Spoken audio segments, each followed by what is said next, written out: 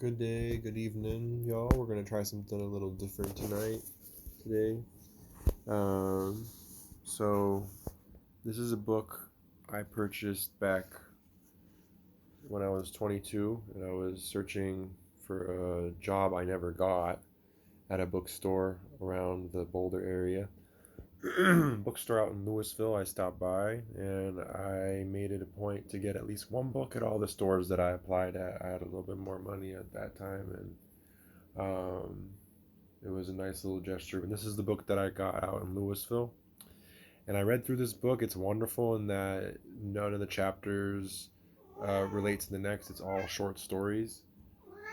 And my cat's going to have some commentary throughout as well. He's got a lot to do, a lot to say.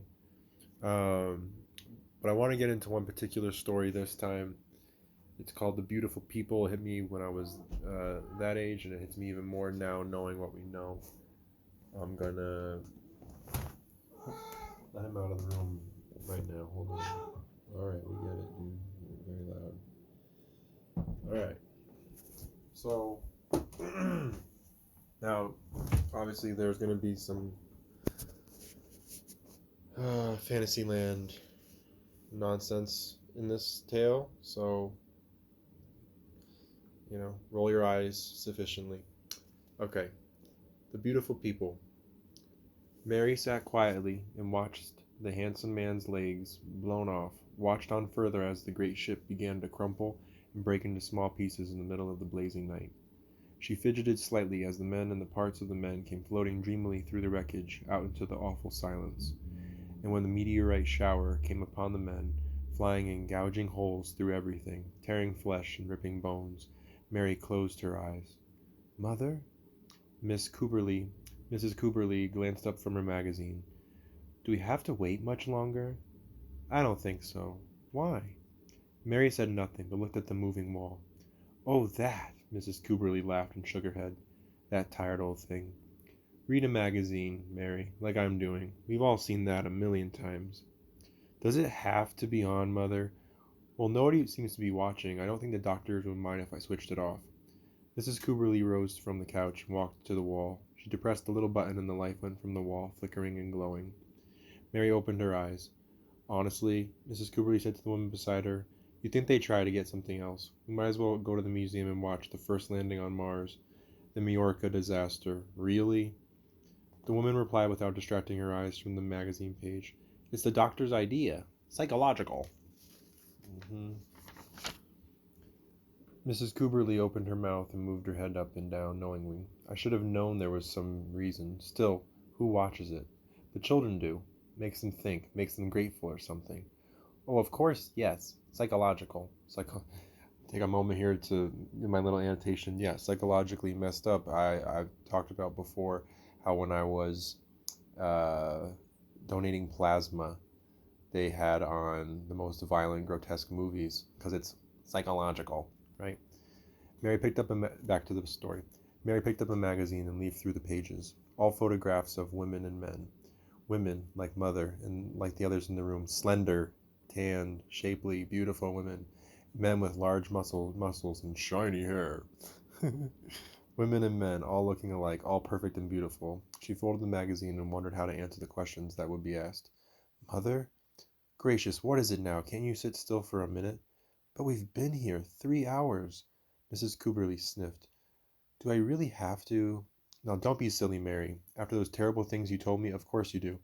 An olive-skinned woman in a transparent white uniform came into the reception room. "Cooperly? Mrs. Zena Cooperly?" "Yes. Doctor will see you now."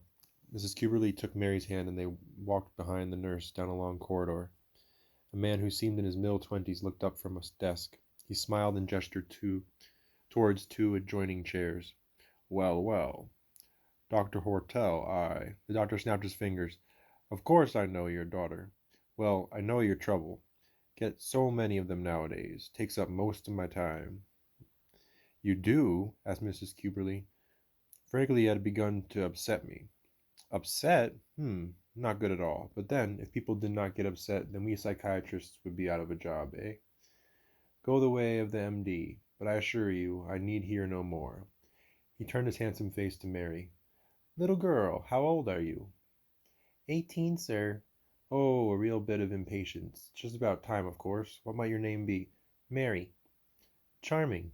And so unusual. Well, now, Mary, may I say that I understand your problem. Understand it thoroughly. Mrs. Cuberly smiled, and smoothed the metalwork on her jerkin. Madam, you have no idea how many there are these days. Sometimes it preys on their minds so that it affects them physically, even mentally. Makes them act strange, say peculiar, unexpected things. One little girl I recall was so distraught she did nothing but brood all day long. Can you imagine? That's what Mary does. When she finally told me, Doctor, I thought she had gone. That bad, eh? Afraid we'll have to start re-education program very soon, or they'll all be like this. I believe I'll suggest it to the senator day after tomorrow. I don't quite understand, Doctor. Simply, Mrs. Cuberly, that the children have got to be thoroughly instructed. Thoroughly. Too much is taken for granted, and childish minds somehow refuse to accept things without definite reason. Children have become far too intellectual, which, as I trust I needn't remind you, is a dangerous thing. Yes, but what has this to do with Mary, like half the 16, 17, and 18-year-olds today, has begun to feel acutely self-conscious. She feels that her body has developed sufficiently for the transformation, which of course it has not quite yet, and she cannot understand the complex reasons which compel her to wait until some vague though specific date. Mary looks at you, at the women all about her, at the pictures, and then she looks into a mirror. From pure perfection of body, face, limbs, pigmentation, carriage, stance, she sees herself and is horrified. Isn't that so? Of course, she asks herself, why must I be hideous, unbalanced, oversized, undersized, full of revolting skin eruption, badly schemed organic arrangements? Badly schemed organic arrangements? Do you see the programming? My God. In short, Mary is tired of being a monster and is overly anxious to achieve what almost everyone else has already achieved. But, said Mrs. Gilberly, this much you understand doubtless. Now, Mary, what you object to is that our society offers you and others like you no convincing logic on the side of waiting until 19. It is all taken for granted, and you want to know why? It is that simple. A non-technical explanation will not suffice. The modern child wants facts, solid technical data, to satisfy her every question, and that, as you can both see, will take a good deal of reorganizing. But, said Mary, the child is upset, nervous, tense. She acts strange, peculiar, odd, worries you and makes herself ill because it is beyond our meager powers to put it across. I tell you, what we need is a whole new basis for learning, and that will take doing. It will take doing, Mrs. Cuberly. Now don't you worry about Mary, and don't you worry, child. I'll prescribe some pills, and no, no, doctor, you're all mixed up, cried Mrs. Cuberly. I beg your pardon, madam? What I mean is, you've got it all wrong. Tell him, Mary. Tell the doctor what you told me. Mary shifted uneasily in the chair. It's that I don't want it. The doctor's well-proportioned jaw. Oh my God, he had surgery. Dropped. Would you please repeat that? I said I don't want the transformation. In this story, all the transformation jargon is capitalized. But that's impossible. I've never heard of such a thing. Little girl, you are playing a joke. Mary nodded negatively. See, doctor, what can it be? Mrs. Cuberly rose and began to pace. The doctor clucked his tongue and took from a small cupboard a black box covered with buttons and dials and wire. He affixed black clamps to Mary's head. Oh no, you don't think I mean... Could it? We shall soon see. The doctor revolved a number of dials and studied the single bulb in the center of the box. It did not flicker. He removed the clamps. Dear me, the doctor said. Your daughter is perfectly sane. Based on these bulbs. Mrs. Cuberly. Well, then what is it? Perhaps she is lying. We haven't completely eliminated that factor as yet. It slips into certain organisms. More tests, more machines, and more negative results. Mary pushed her foot in the circle on the floor. When the doctor put his hands to his shoulders, she looked up pleasantly. Little girl, said the handsome man, do you actually mean to tell us that you prefer that body? I like it. It's hard to explain, but it's me, and that's what I like. Not the looks, maybe, but the me. Like all of us feel who are in this strange world with people doing all this augmentation to our body. Go back. You can look in the mirror and see yourself, then look at your mother and be content. Yes, sir. Mary thought of her reasons, fuzzy, vague, but very definitely there. Maybe she had said the reason. No, only a part of it. Mrs. Cuberly, the doctor said, I suggest that your husband have a long talk with Mary. My husband is dead. The Ganymede incident. Oh, splendid. Rocket Man, eh? Very interesting organisms. Something always seemed to happen to rocket men, in one way or another. The doctor scratched his cheek. When did she first start talking this way? He asked. Oh, for quite some time. I used to think it was because she was such a baby. But lately, the time getting so close and all, I thought I'd better see you. Of course, yes, very wise. Does she also do odd things? Well, I found her on the second level one night. She was lying on the floor, and when I asked her what she was doing, she said she was trying to sleep. Mary flinched. She was sorry, in a way that Mother had found that out. Did you say sleep? That's right. Now where could she have picked that up? No idea. Mary, don't you know nobody sleeps anymore? That we have an infinitely greater lifespan than our poor ancestors now that now that that wasteful state of unconsciousness has been conquered? Child, have you actually slept? No one knows how anymore. No, sir, but I almost did. Excuse me. The doctor breathed a long stream of air from his mouth. But how could you begin to try to do something people have forgotten entirely about? The way it was described in the book. It sounded nice, that's all. Book. Book? Are there books in your unit, madam? So, there could be. I haven't cleaned up in a while. That is certainly peculiar. I haven't seen a book for years. Not since 17. Mary began to fidget and stare nervously. But with the tapes, why should you try to read books? Where did you get them?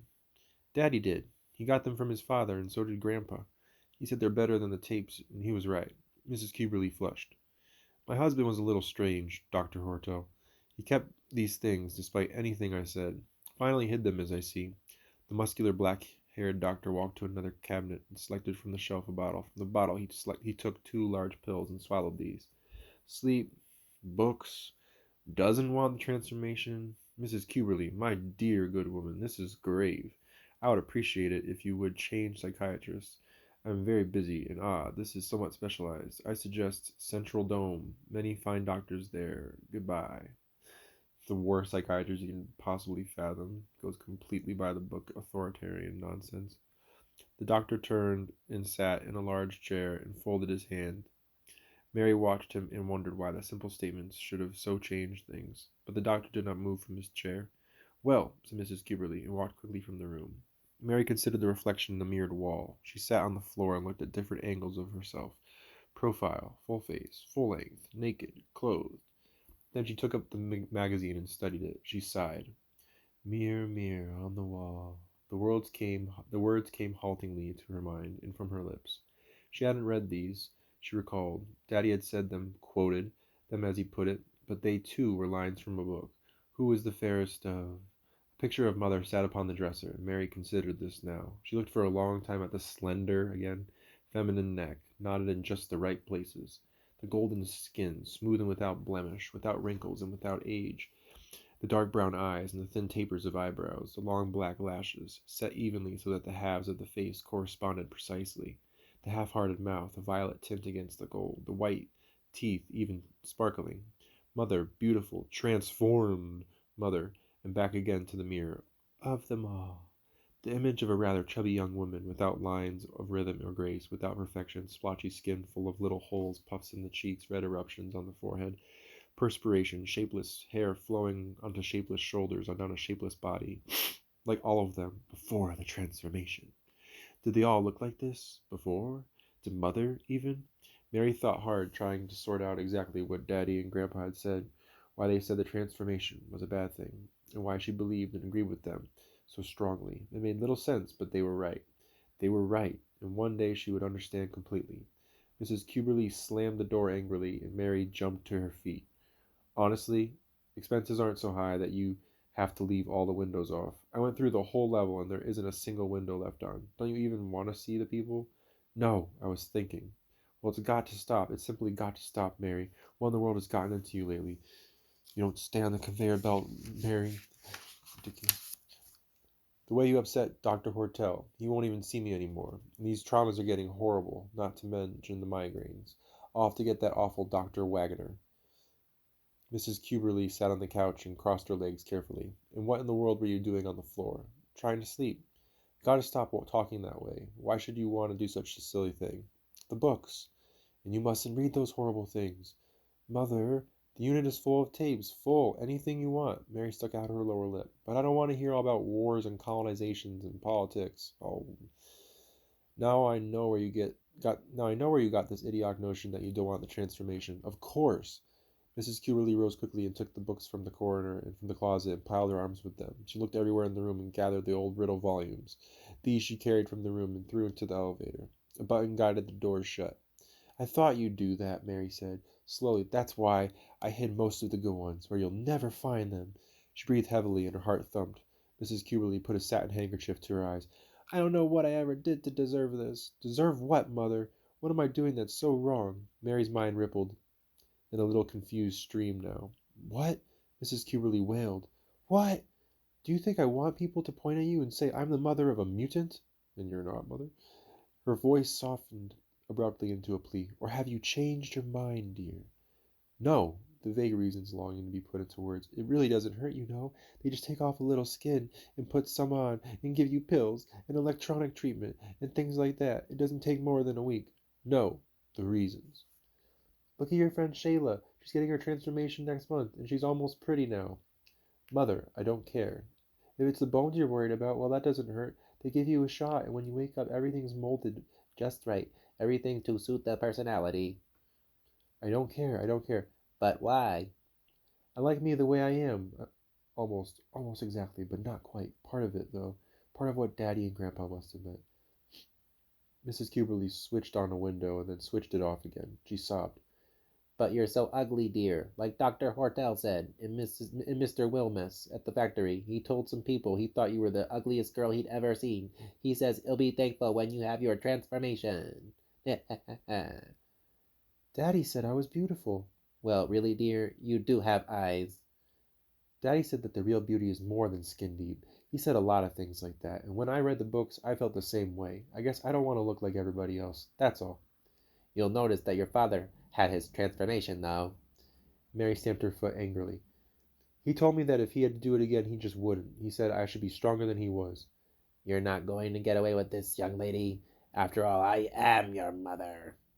A bulb flickered in the bathroom, and Mrs. Cuberly walked uncertainly to the cabinet. She took out a little cardboard box. It's time for lunch.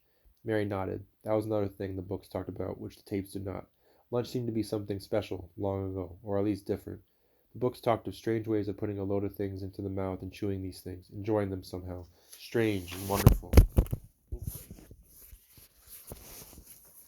And you'd better get ready for work.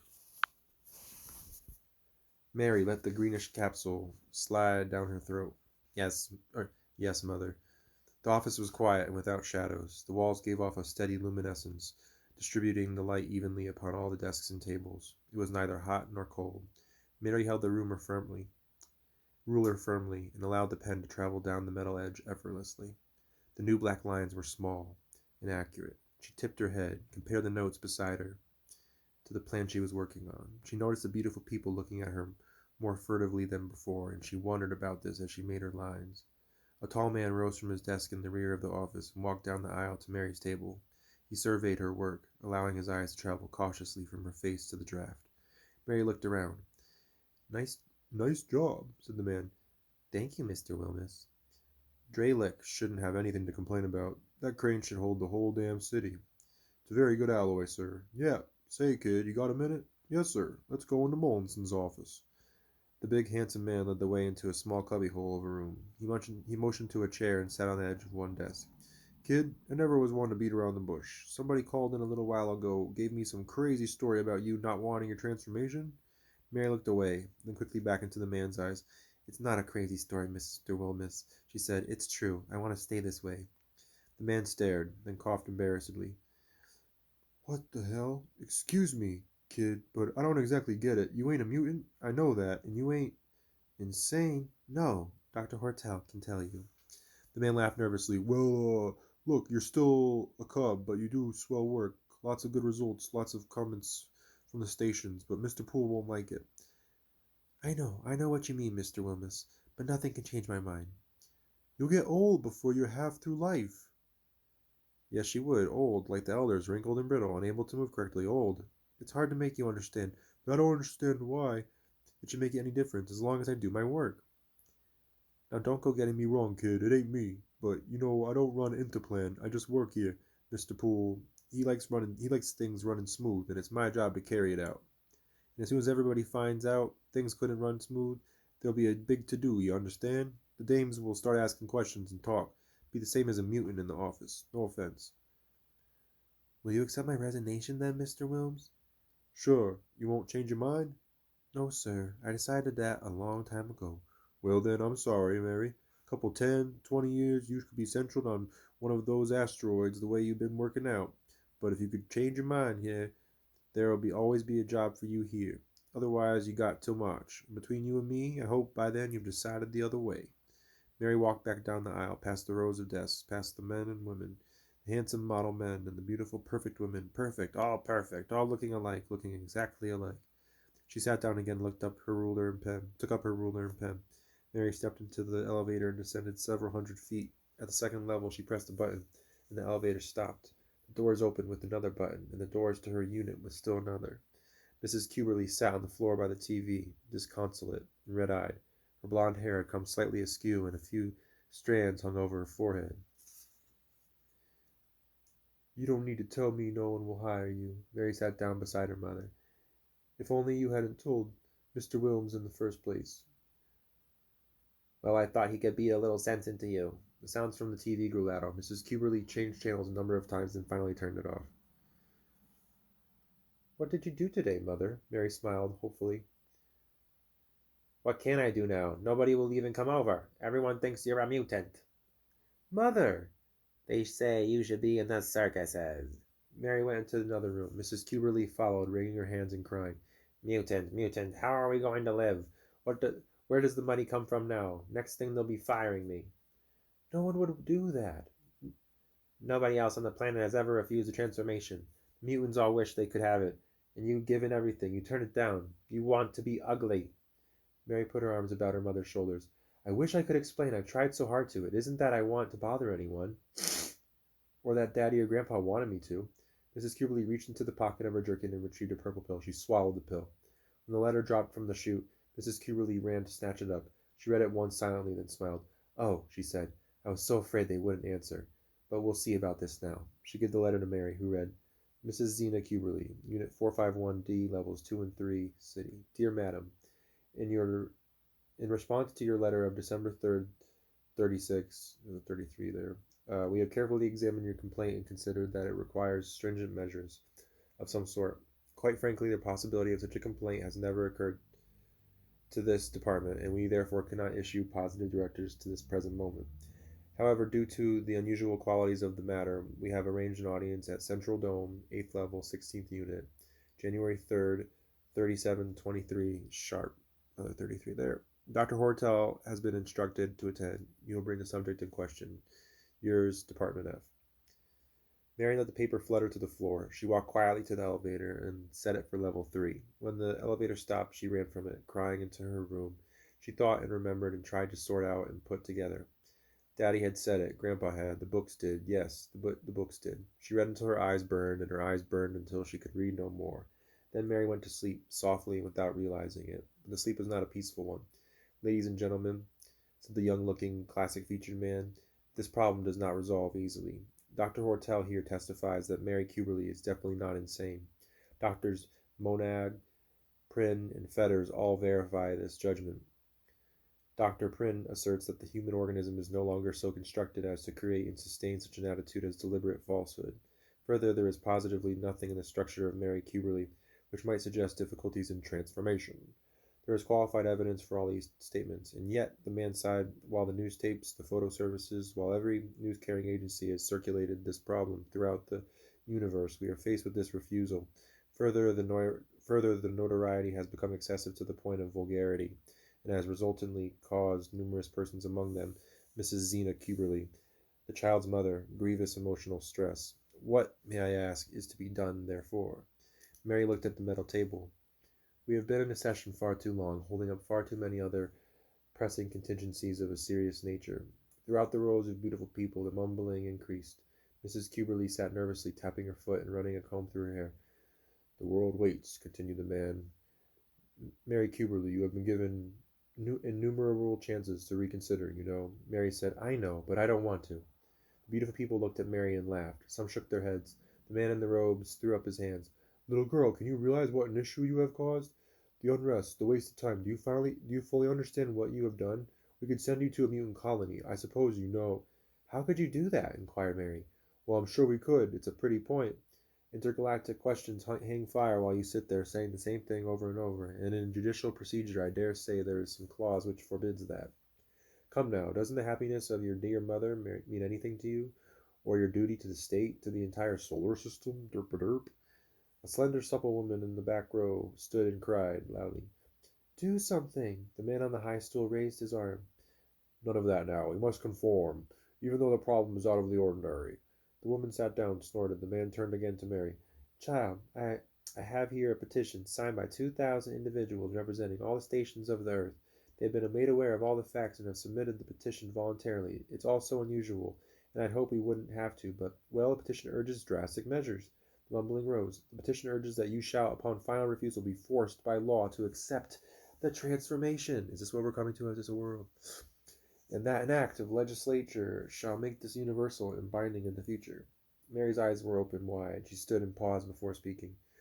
Why? She asked. The man in the robes passed a hand through his hair. Another voice from the crowd. Sign the petition, Senator. All the voices. Sign it. Sign it. But why? Mary began to cry. The voices stilled for a moment. Because, what if others should get the same idea? What would happen to us then, little girl? We'd be right back to the ugly, thin, fat, unhealthy-looking race we were ages ago. There can't be any exceptions. Maybe they didn't consider themselves so ugly. The mumbling began anew and broke into a wild clamor. That isn't the point, cried the man in the robes. You must conform. And the voices cried, yes, loudly, until the man took up a pen and signed the papers on his desk. Cheers, applause, shouts. Mrs. Cuberly patted Mary on the top of her head. There now, she said happily. Everything will be all right now. You'll see, Mary dear. The transformation parlor, my goodness, covered the entire level, sprawling with its departments. It was always filled, and there was nothing to sign and no money to pay, and people were always waiting in line. Huh. Smoke and mirrors. But today the people stood aside, and there were still more looking in through doors, TV cameras placed throughout, and tape machines in every corner. It was filled, but not bustling as usual. The transformation parlor was terribly quiet. Mary walked past the people, mother and the men in the back of her following. She looked at the people too, as she did in her room through turned-on windows. It was no different. The people were beautiful, perfect, without a single flaw, except the young ones, young like herself, seated on couches, looking embarrassed and ashamed and eager. But of course the young ones did not count. All the beautiful people, all the ugly people, staring out from bodies that were not theirs, walking on legs that had been made for them, laughing with manufactured voices, gesturing with shaped and fashioned arms. Mary walked slowly, despite the prodding in her eyes. In her eyes was a mounting confusion, a wide, wide wonderment.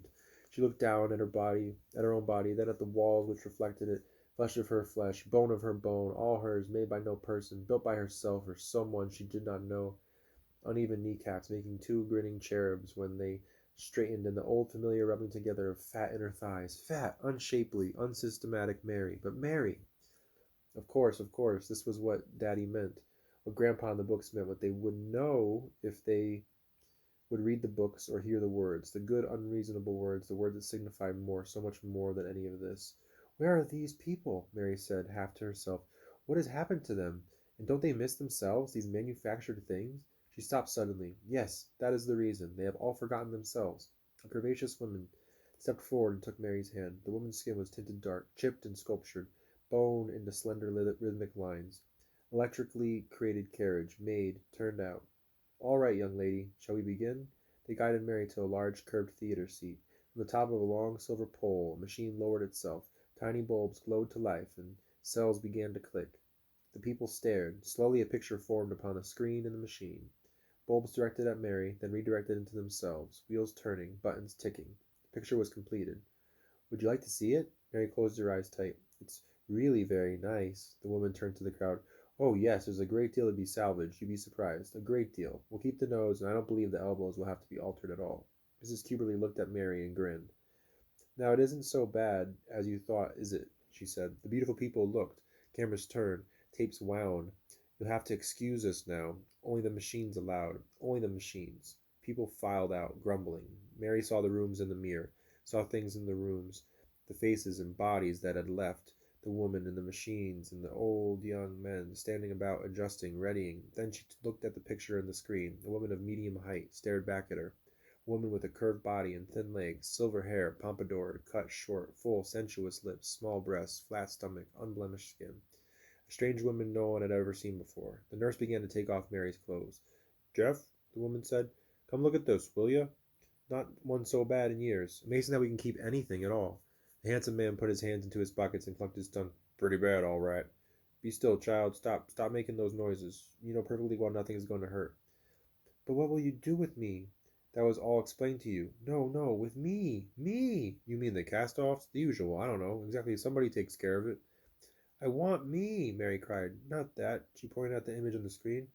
Her chair was wheeled into a semi-dark room. She was naked now, and the man lifted her to a table. The surface was like glass, black filmed. The big machine hung above in the shadows. Straps, clamps pulling, stretching limbs apart. The screen with the picture brought in. The men and the women, more women now. Dr. Hortel in a corner, sitting with his legs crossed, as only a Martin could do, shaking his head. Mary began to cry loudly, as hard as she could, above the hum of the mechanical things. "Shh! My gracious, such a racket! Just think about your job waiting for you, and all the friends you'll have, and how lovely everything will be. No more troubles now." The big machine groaned and descended from the darkness. "Where will I find me?" Mary screamed. "What will happen to me?" A long needle slid into rough flesh, and the beautiful people gathered around the table, and then they turned on the big machine. So there's a lot to break down there. There's so much within that we can look at about that story. In essence, I hope no one has to go through what Mary is going through. I think a lot of people have had to go through basically what Mary has gone through, and I feel bad for these people. I pray for these people that they don't do these things to their children. And yeah, isn't this a obvious mirror of our prosthetic, fake, artificial, I should say, world? Because obviously prosthetics can have their place. If someone loses a limb, that's a great thing to have. But we're talking about these artificial people that none of them is real anymore. And by doing so, they've lost their personality. They've completely conformed and lost their identity. And isn't that what life's all about? We find ourselves in Indra's net, this beautiful, bejeweled net that has infinite ways of looking at it. And if we conform to these ideas of fake plastic surgery, transformation type ideas, we're lost. So I found this really interesting when I was younger, and especially now, there are many moments in this that have me just amazing passages, and I'd love to continue doing readings with you guys, biblical readings and other readings like this that tell you plainly the idea behind this crazed Baphomet, generational Baphomet society that we find ourselves among. And if we can undo this curse, we got to do everything we can. And I think we can do it. God wins in the end. So have faith in Jesus Christ and pray for everybody that they don't have to go through anything remotely that Mary had to go through. And Mary, I think, obviously is a play on the biblical Mary. And they chose her and she refused. It's like, God choosing her to birth Jesus. It's the antithesis of that. Them choosing her then in her life to go through this transformation procedure, chin augmentation, job, and everything. And they didn't allow it. Ultimately, they forced her to conform. And I think we do have a sword in this fight. I think we will be able to defend ourselves. So spread the word about things like this being out there. And I look forward to doing more readings with you guys.